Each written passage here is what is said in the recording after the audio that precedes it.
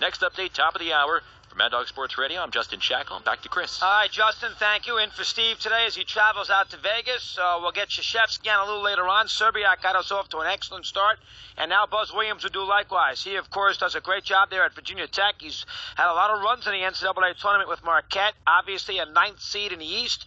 They have a tough game against Wisconsin, and Villanova might loom for them in Buffalo, but we get a chance to talk to Buzz right now. Coach, good to talk to you. Christopher Russo, how are you today, okay?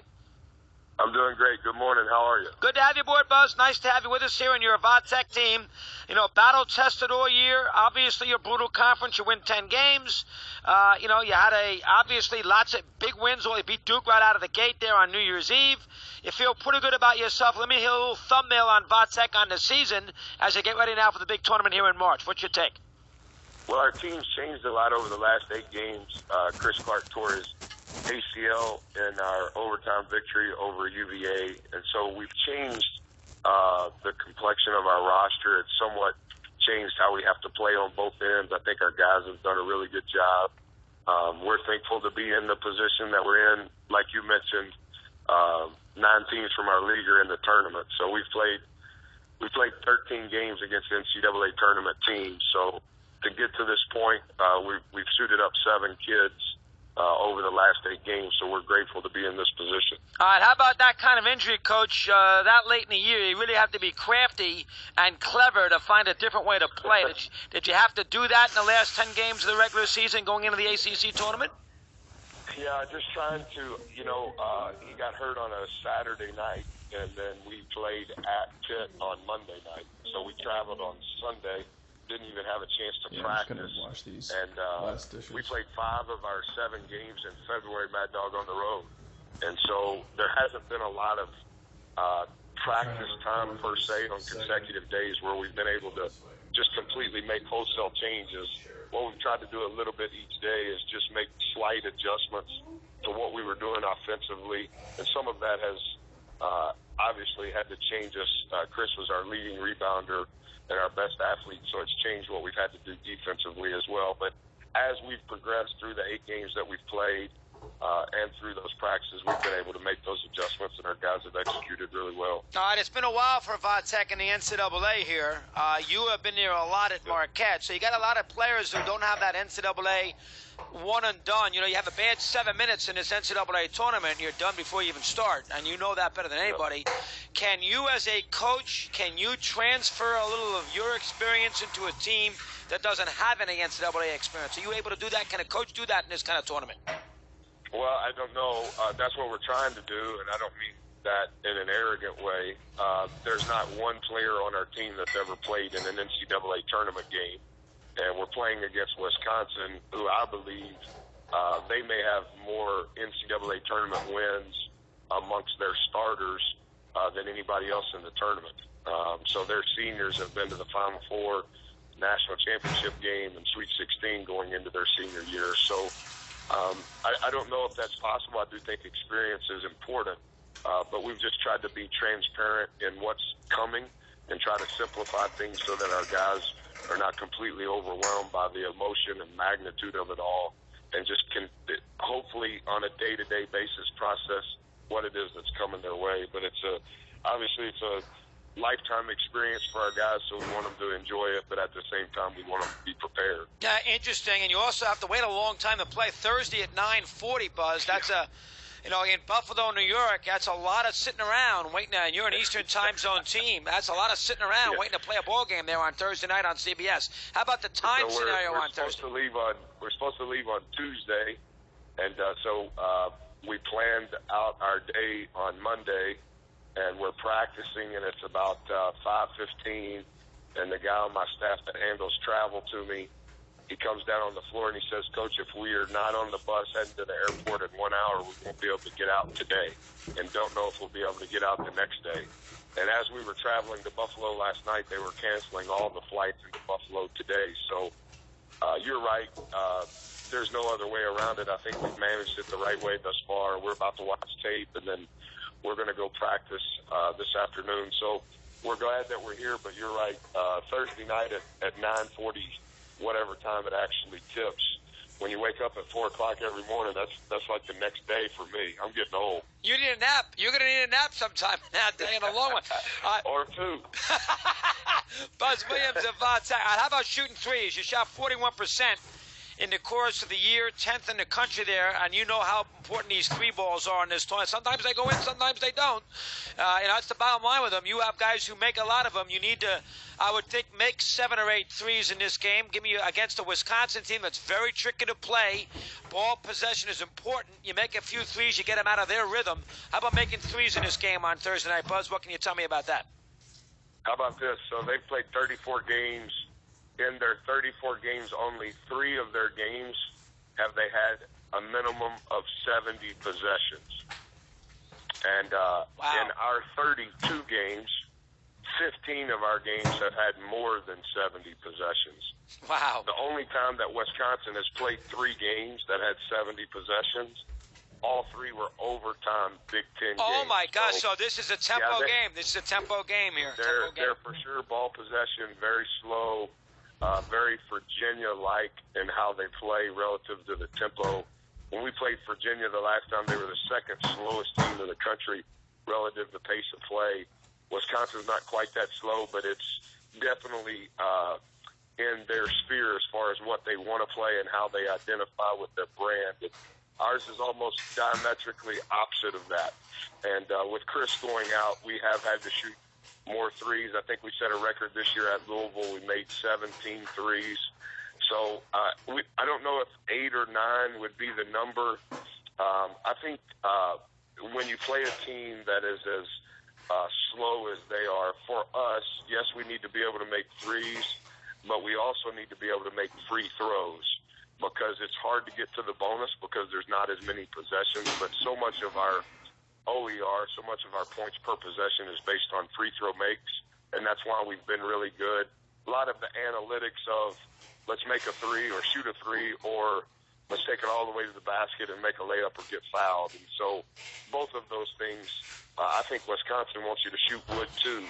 Their defense is almost set relative to you can do anything you want to do, but you can't get to the paint, and we're going to chase you off the three-point line. So the pace of play and how we want to play within that pace relative to how they want to do things, that'll be the tug and pull throughout the game. Now, 48 points in the loss to Virginia, 80 in the win, so that tells you something right off the bat.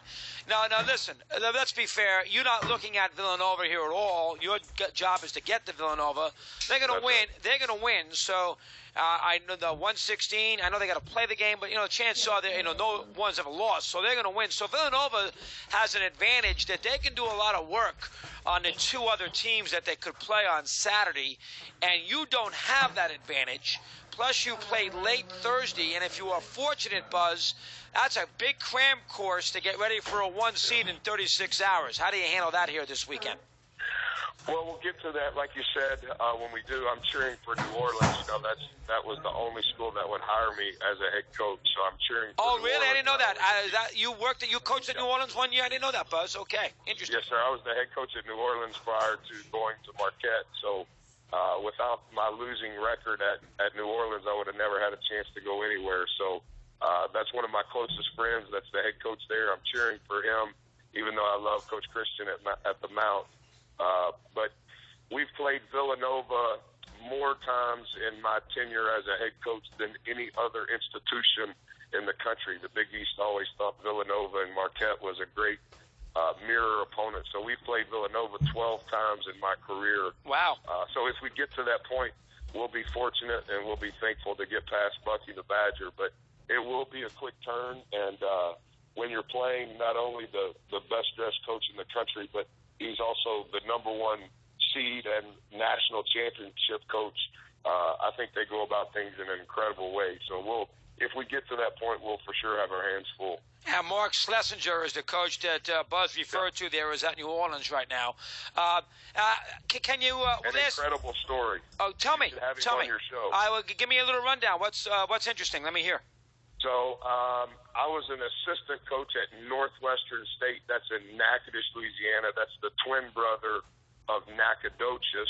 which is where Stephen F. Austin And is. Northwestern State won an NCAA tournament game not too long ago. They beat Missouri, didn't they? They beat somebody in the NCAA. Yes, sir. And Schlesinger was on that staff at that time. I had just left and went to Colorado State. So when I left Northwestern, the head coach, who's one of the greatest people ever and one of the better college basketball players of his generation, he said, "Who am I going to hire?" And I said, "I know exactly who you should hire." And he said, "Well, just tell him to get here as soon as he can." And I said, "Well, do you need to talk to him?" He said, "No, if you would hire him, I'll hire him." And that was Mark Schlesinger. And Schles worked at Northwestern for 11 years. And Joe Pasternak replaced me at New Orleans. Obviously, I was at New Orleans immediately following Katrina. And that institution's been through so much, as has that city and that region. But after Pasternak left, the AD called and said, "Who do you recommend?" And I recommended Schlesinger, and this is Schlesinger's 6th year there. During the time there he took the job, they were on their way to Division III.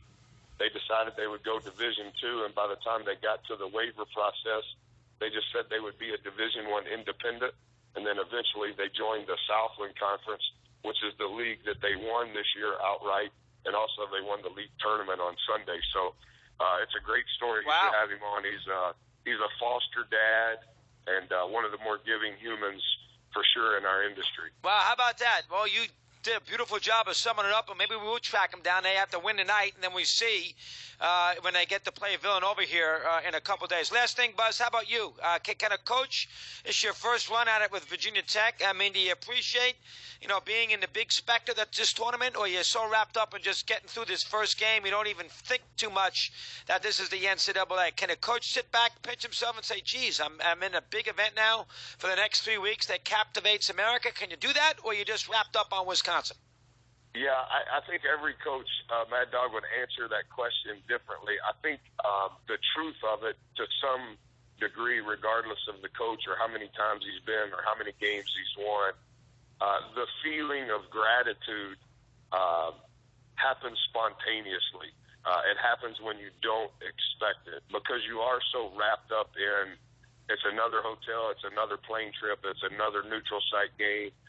It's win or go home, all of the exposure that comes with it, the preparation that comes with it, all the meetings with the staff, the watching synergy clips, doing the scouting report, planning practice, all of those things. You don't realize that the rhythm is very similar, but within the routine, you realize there's not as many teams playing anymore, and you realize how difficult it is to get to this point. And I think it's important that you're grateful, but I also think it's important that your guys understand that the work that got to this point is what you had to have, and the work to stay is going to have to be even greater, and the attention to detail and the ability to execute. The level has to change because the level of the competition has changed, and I think that because of the league we played in, obviously we've had a lot of reps of it. But when you're talking about a program that hasn't been in over a decade, that's a team comprised of only 2 recruiting classes, it's what they've always dreamed. But like I tell them, this is what you dreamed, and there's nothing wrong with the dream. The problem is that's where the dream ended. You didn't dream, okay, well, what is it that I do when I reach that point? You just dreamed, I want to play in the tournament, and I want to have a 2-second clip on One Shining Moment with Vandross in the background. Yeah. But you didn't dream what after that. And I think that that's what you have to do with a group that has never done it, is you have to explain, okay, you've made it. Now this is what you have to do to continue. Right. And so I think it's a combination of both, but I think that's a really good question. Yeah, I think it's tricky. I mean, again, you know how this works. You have one bad 5 minutes, and you're going home. I mean, this is not the NBA where it's a best of 7. One bad 5, and that's it. We keep an eye on it. Buzz, great. I think when you play Wisconsin, it may be one bad possession. Yeah, it's a good point. 5 minutes is like an eternity playing Wisconsin. I mean, here's the one thing I would say, and you know better than anybody. If it's 4 too early, call a timeout. You cannot fall behind 11-4 in this kind of game. They never make up those 7 points with them is like a 20-point lead. So you got to keep this game basket by basket as long as you can. Correct? Yeah. If the score is 11-4, Wisconsin is up. That's like 50-25 Virginia Tech point wise. Tricky. Exactly right. I'm glad you got the Buffalo Buzz. Great job. Keep in touch. We'll talk to you. Good luck here on Thursday night. Appreciate you coming on today. Thank you so much. I appreciate it. All right, you got it. Buzz Williams, of course, from Vatech, Wisconsin, 9:40 Thursday, Buffalo for them. We continue. For Steve Torrey, Christopher Russo, here on what's it called? Dog Days. As Steve is bouncing around trying to get to Vegas, we continue here. Don't go away on this busy show.